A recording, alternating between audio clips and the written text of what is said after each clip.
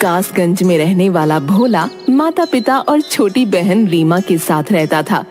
भोला अपने पिता के साथ जमीन के एक छोटे से टुकड़े पर खेती करके अपने घर वालों का भरण पोषण करता था। एक दिन रीमा अपनी माँ से, माँ, आज मेरा 10वीं का परिणाम आने वाला है, मुझे बहुत डर लग रहा है। बेटा, तूने इतनी मेहनत की है, डरती क्यों है? और हम सबका आशीर्वाद तेरे साथ है। मेरी प्यारी गुड़िया, तू डरती क्यों है? तू पढ़ने में होशियार है। और वैसे भी पिताजी कहते हैं ना, हमें मेहनत करनी चाहिए। परिणाम तो एक ना एक दिन हमें मिलेगा ही। भैया, आप क्या जानो पढ़ाई करना कितना मुश्किल है, और इतनी मुश्किल से पढ़ाई करने के बाद अगर परिणाम अच्छा ना आए तो कैसा महसूस होता है। रीमा, तू अपने भैया से ऐसे कैसे बात कर रही है? सही तो कह रही हूँ माँ, भैया क्या जाने पढ़ाई के बारे में, उन्होंने तो 8वीं के बाद स्कूल ही छोड़ दिया था। मेरी प्यारी बहना, ये तो तू सही कह रही है कि मैं क्या जानू पढ़ाई करने में कितनी मेहनत लगती है, लेकिन तुझे देखकर अंदाजा तो लगा सकता हूं तू कितनी मेहनत से पढ़ाई करती है। तू अपना दिल बिल्कुल भी छोटा मत कर, तेरी परीक्षा का फल बहुत अच्छा आएगा। रीमा गुस्से में पैर पटकती हुई वहां से चली गई। माँ, मैं नहीं चाहता कि रीमा को यह पता चले, क्योंकि मैं जानता हूं कि वो ऊपर से चाहे जो भी बोले, लेकिन दिल से बहुत कोमल है। और फिर अगर रीमा मुझसे बड़ी होती तो वो भी मेरे लिए यही फैसला लेती जो मैंने उसके लिए लिया। बेटा, हमारे पास इस जमीन के छोटे से टुकड़े के सिवा और कुछ भी नहीं है। मुझे तो समझ नहीं आता कि आगे क्या होगा। माँ, मैं इतना जानता हूं कि मैं अपनी बहन को उतना पढ़ाऊंगा जितना वो पढ़ना चाहेगी, चाहे इसके लिए मुझे कुछ भी करना पड़े। भगवान तेरे जैसा बेटा अगर हर घर में दे तो माँ बाप के बाद कोई भी भाई बहन कभी अनाथ ना हो। बस कर माँ, तू मुझे बातों में मत लगा। मुझे खेतों पर जाना है, पिताजी इंतजार कर रहे होंगे।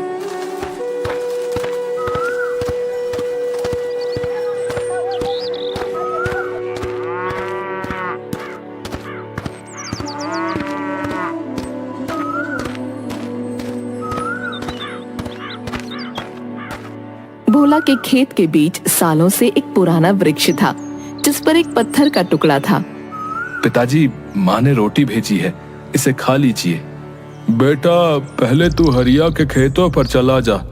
उसकी पत्नी तुझे बुलाने आई थी, बोल रही थी हरिया के पेट में बहुत जोरों का दर्द हो रहा है। पिताजी, आप आराम कीजिए, तब तक मैं हरिया के खेतों पर जाकर आता हूँ। हरिया के खेतों पर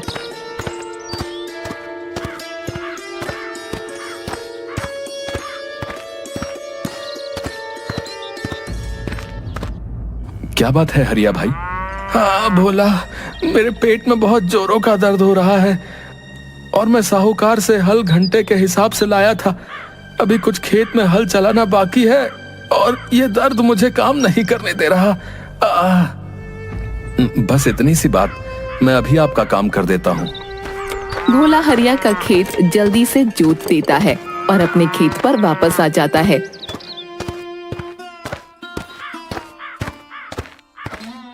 और पिता को सारी बात बताता है। तू कितनी मेहनत करता है, सबका कितना ध्यान रखता है। क्या पिताजी, आप भी कैसी बातें करते हैं? ये सब तो हमारे अपने हैं। पिताजी, आपको पता है आज रीमा का 10वीं का परीक्षा फल आने वाला है। हाँ बेटा, परंतु अब हम रीमा को आगे नहीं पढ़ा पाएंगे, हमें उसकी पढ़ाई बंद करनी होगी। आप ऐसा क्यों बोल रहे हैं पिताजी? वो आगे पढ़ना चाहती है और वो पढ़ाई में कितनी होशियार भी है। बेटा, हमारी स्थिति तो तू जानता है, आगे की पढ़ाई का खर्चा ज्यादा है जो हमारे बस की बात नहीं है, और फिर आगे की पढ़ाई के लिए रीमा को शहर भेजना पड़ेगा। हम ये सब कैसे करेंगे?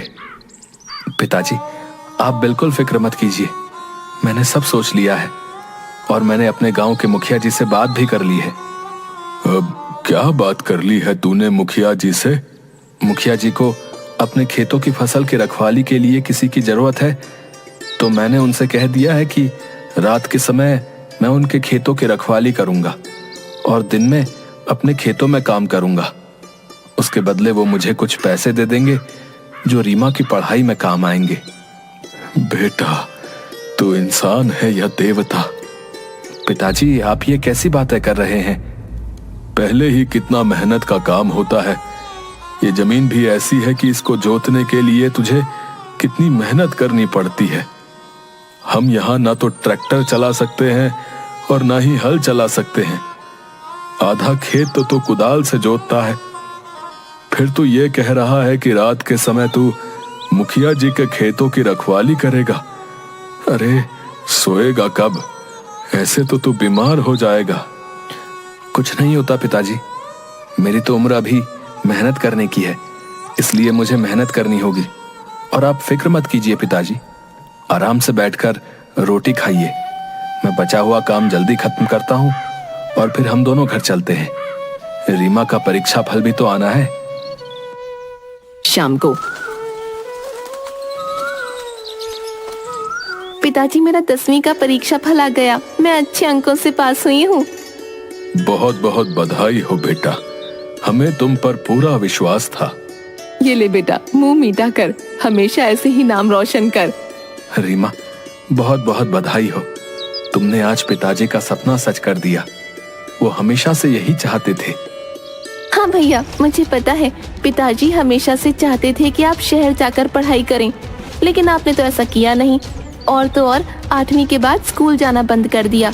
इसलिए पिताजी का ये सपना मैं पूरा करूंगी और आगे की पढ़ाई के लिए शहर जाऊंगी। पिताजी, आप मुझे आगे की पढ़ाई के लिए शहर भेजेंगे ना? रीमा के पिता कुछ बोले उसके पहले ही, हाँ बहन, जरूर भेजेंगे।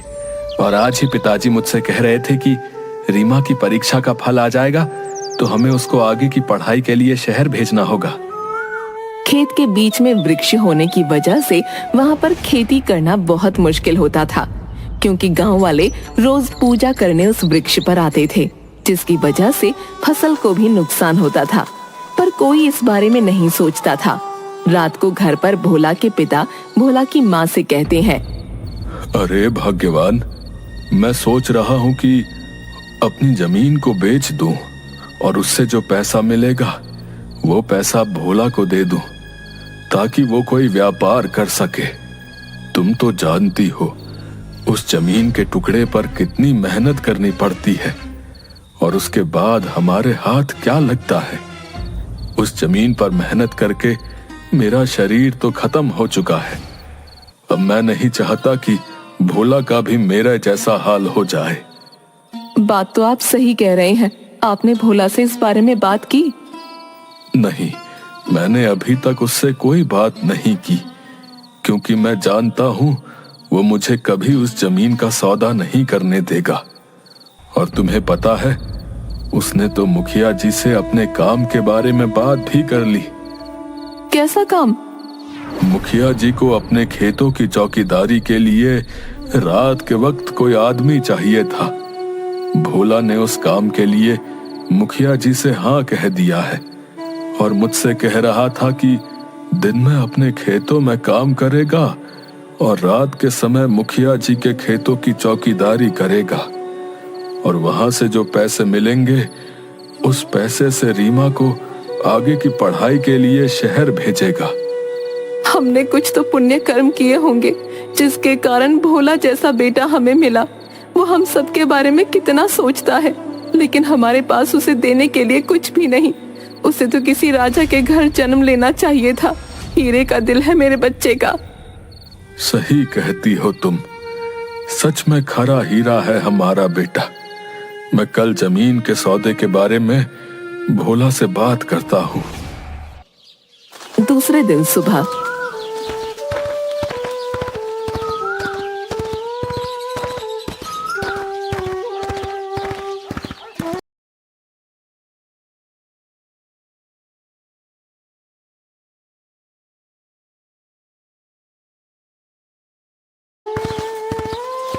बेटा भोला, मैं सोच रहा हूँ कि इस खेत में इतनी मेहनत करके हमें मुट्ठी भर अनाज मिलता है। इससे अच्छा है कि मैं इस खेत का सौदा कर दूं। वैसे भी साहूकार ने कई बार खेत के दाम लगाने की बात की है। पिताजी, आपने आज तो खेत के सौदे की बात कर दी, दोबारा मत कीजिएगा, क्योंकि मैं जानता हूं ये खेत दादाजी की आखिरी निशानी है आपके पास। हमारे ताऊजी ने सब कुछ तो धोखे से बेच दिया, सिर्फ यही बचा है। अब आप इसे बेचने की बात कर रहे हैं? मेरे जीते जी ऐसा कभी नहीं होगा। भोला अपने दादाजी से बहुत प्यार करता था। उसे जब कोई परेशानी होती तो वो अपने खेतों के बीच उस वृक्ष के नीचे जाकर बैठ जाता और वृक्ष से बातें करता, क्योंकि जब वो छोटा था तो उसके दादाजी पूरी दोपहर उस वृक्ष के नीचे भोला के साथ खेलते। भोला वृक्ष के नीचे जाता है। दादाजी, मैं जानता हूं पिताजी ने आज जो बात कही है वो किस परिस्थिति में कही है, लेकिन मैं आपसे वादा करता हूं कि मैं ऐसा कभी नहीं होने दूंगा। इस खेत से मुझे आपकी खुशबू आती है, ऐसा लगता है कि आप यहीं पर हैं। परंतु आज मुझे एक और बात महसूस हुई कि शायद पिताजी को ऐसा लगने लगा है कि मैं उनकी जिम्मेदारियां पूरी नहीं कर पा रहा हूं। दादाजी, मैं कोशिश तो कर रहा हूं, लेकिन क्या करूं, कोई रास्ता समझ नहीं आता। अगर आप आज मेरे पास होते तो मुझे जरूर कोई रास्ता बताते। तभी एक आवाज आती है, भोला, बेटा भोला। कौन है? कौन है? मैं हूं बेटा, क्या तुमने मुझे नहीं पहचाना? आप कौन हैं और आप मुझे नजर क्यों नहीं आ रहे? मैं वृक्ष हूं। वृक्ष? आप बोल सकते हैं? ये कैसे हो सकता है?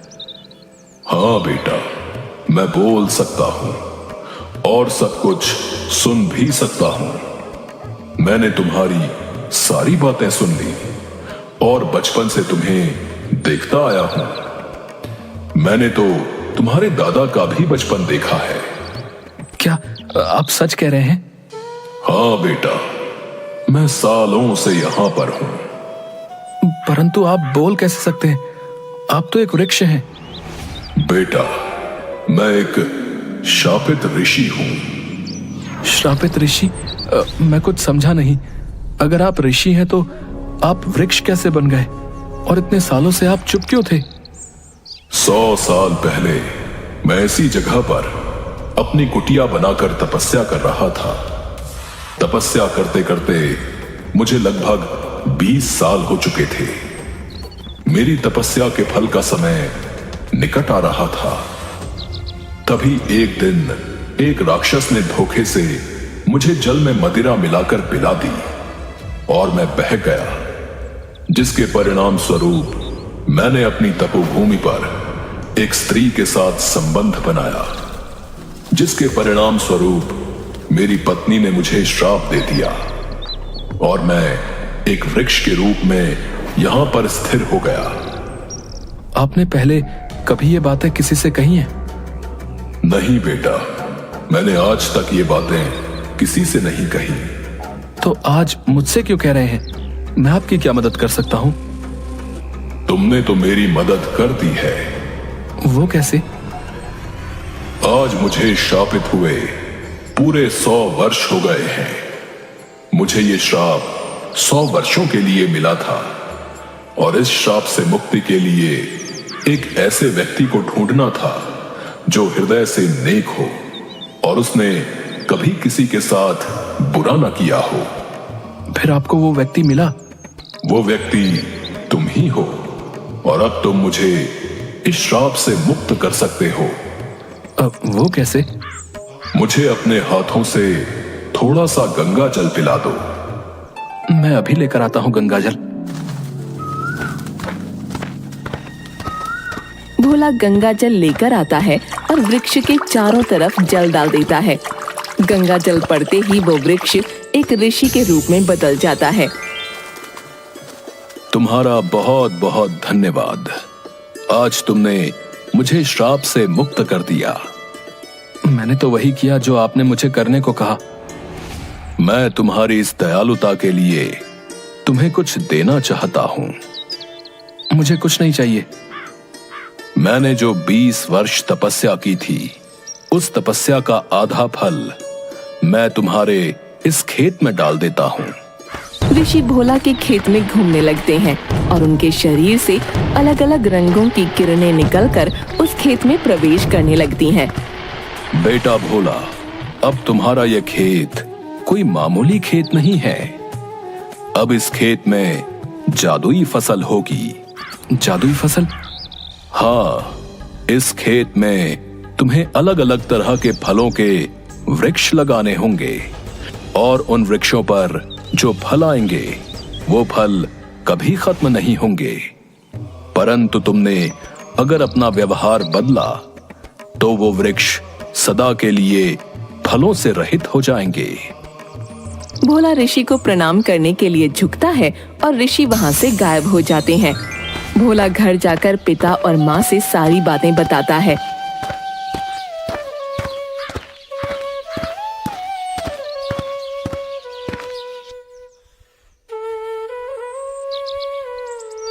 जैसा ऋषि ने कहा है, चलो हम इन पैसों से फलों के अलग अलग पेड़ लाते हैं और अपनी जमीन में लगा देते हैं।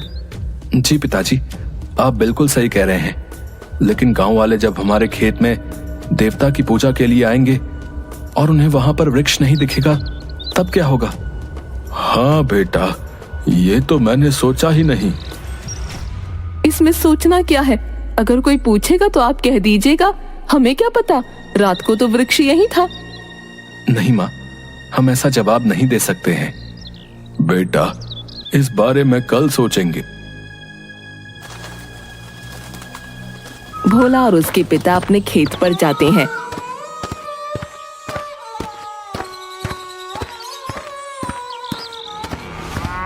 और उनकी आंखें खुली की खुली रह जाती हैं। पिताजी, जो मुझे दिख रहा है, क्या वही आपको भी दिख रहा है? हाँ बेटा, हमारे खेत पर रातों रात ये मंदिर और चार दीवारी कैसे बन गई, ये तो मुझे नहीं पता, परंतु ऐसा लगता है जैसे ये सब उसी ऋषि का चमत्कार है। अरे भोला, अरे क्या चमत्कार है भाई? रातों रात वो वृक्ष कहाँ गायब हो गया और ये मंदिर किसने बना दिया भाई? भोला मुखिया जी को सारी बातें बताता है। भोला, उस ऋषि ने बिल्कुल सत्य कहा। तुम बहुत दयालु हो और ये बात पूरा गांव जानता है। तुम्हें फलों के वृक्ष लगाने के लिए यदि पैसों की जरूरत हो तो मुझसे ले लो, और जब तुम्हारे पास पैसे होंगे तो बिना ब्याज के मुझे वापस कर देना। अब नहीं मुखिया जी, पैसे तो मैं आपसे ले लूंगा, परंतु वापस आपको ब्याज के साथ करूंगा। नहीं बेटा, मैं तुमसे ब्याज नहीं ले सकता। तुम बिना स्वार्थ के सबकी मदद करते हो। आज मेरी बारी है। ठीक है, फिर मैं रात के समय आपके खेतों में चौकीदारी का काम करूंगा और आप ये पैसा मेरी मजदूरी में से काट लिया करेंगे। ठीक है, जैसी तुम्हारी मर्जी। भोला और उसके पिता मुखिया जी से कुछ पैसे लेकर खेतों में फलों के वृक्ष लगाते हैं। दूसरी तरफ भोला मुखिया जी के खेतों में चौकीदारी का काम कर लेता है। बहुत जल्द भोला के लगाए हुए वृक्षों पर फल आ जाते हैं। भोला, आज तुम्हारी मेहनत और प्रेम ने फल दिया है। पिताजी, आप ये क्या कह रहे हैं? हाँ बेटा, ये तुम्हारी मेहनत और विश्वास ही है जो वृक्षों पर फल इतनी जल्दी आ गए हैं। भोला आम के वृक्ष से 2 आम तोड़ता है और जमीन को भोग लगाता है। दूसरे दिन सुबह, पिताजी, कल वृक्ष से आम तोड़े थे, वहां पर फिर से 2 नए आम के फल आ गए हैं। हाँ बेटा, मैंने भी देखा। आज मैं फल तोड़कर शहर बेचने जा रहा हूँ। हाँ बेटा, ऊपर वाला तुम्हें बहुत तरक्की दे। ये सब तुम्हारे परिश्रम और व्यवहार का ही फल है।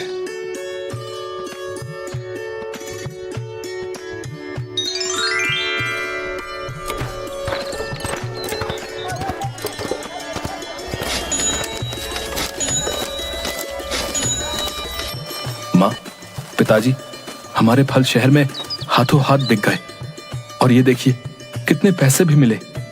दूसरे दिन शाम को, बेटा, तुम तुम्हारी मेहनत देखकर भगवान ने हमारी किस्मत बदल दी। भोला रोज फल बेचकर अच्छे पैसे कमाता और उसके घर की स्थिति बहुत अच्छी हो गई। अब तुम जितना पढ़ना चाहती हो उतना पढ़ो। हमें पैसों की वजह से तुम्हारी पढ़ाई बंद करने की कोई जरूरत नहीं है।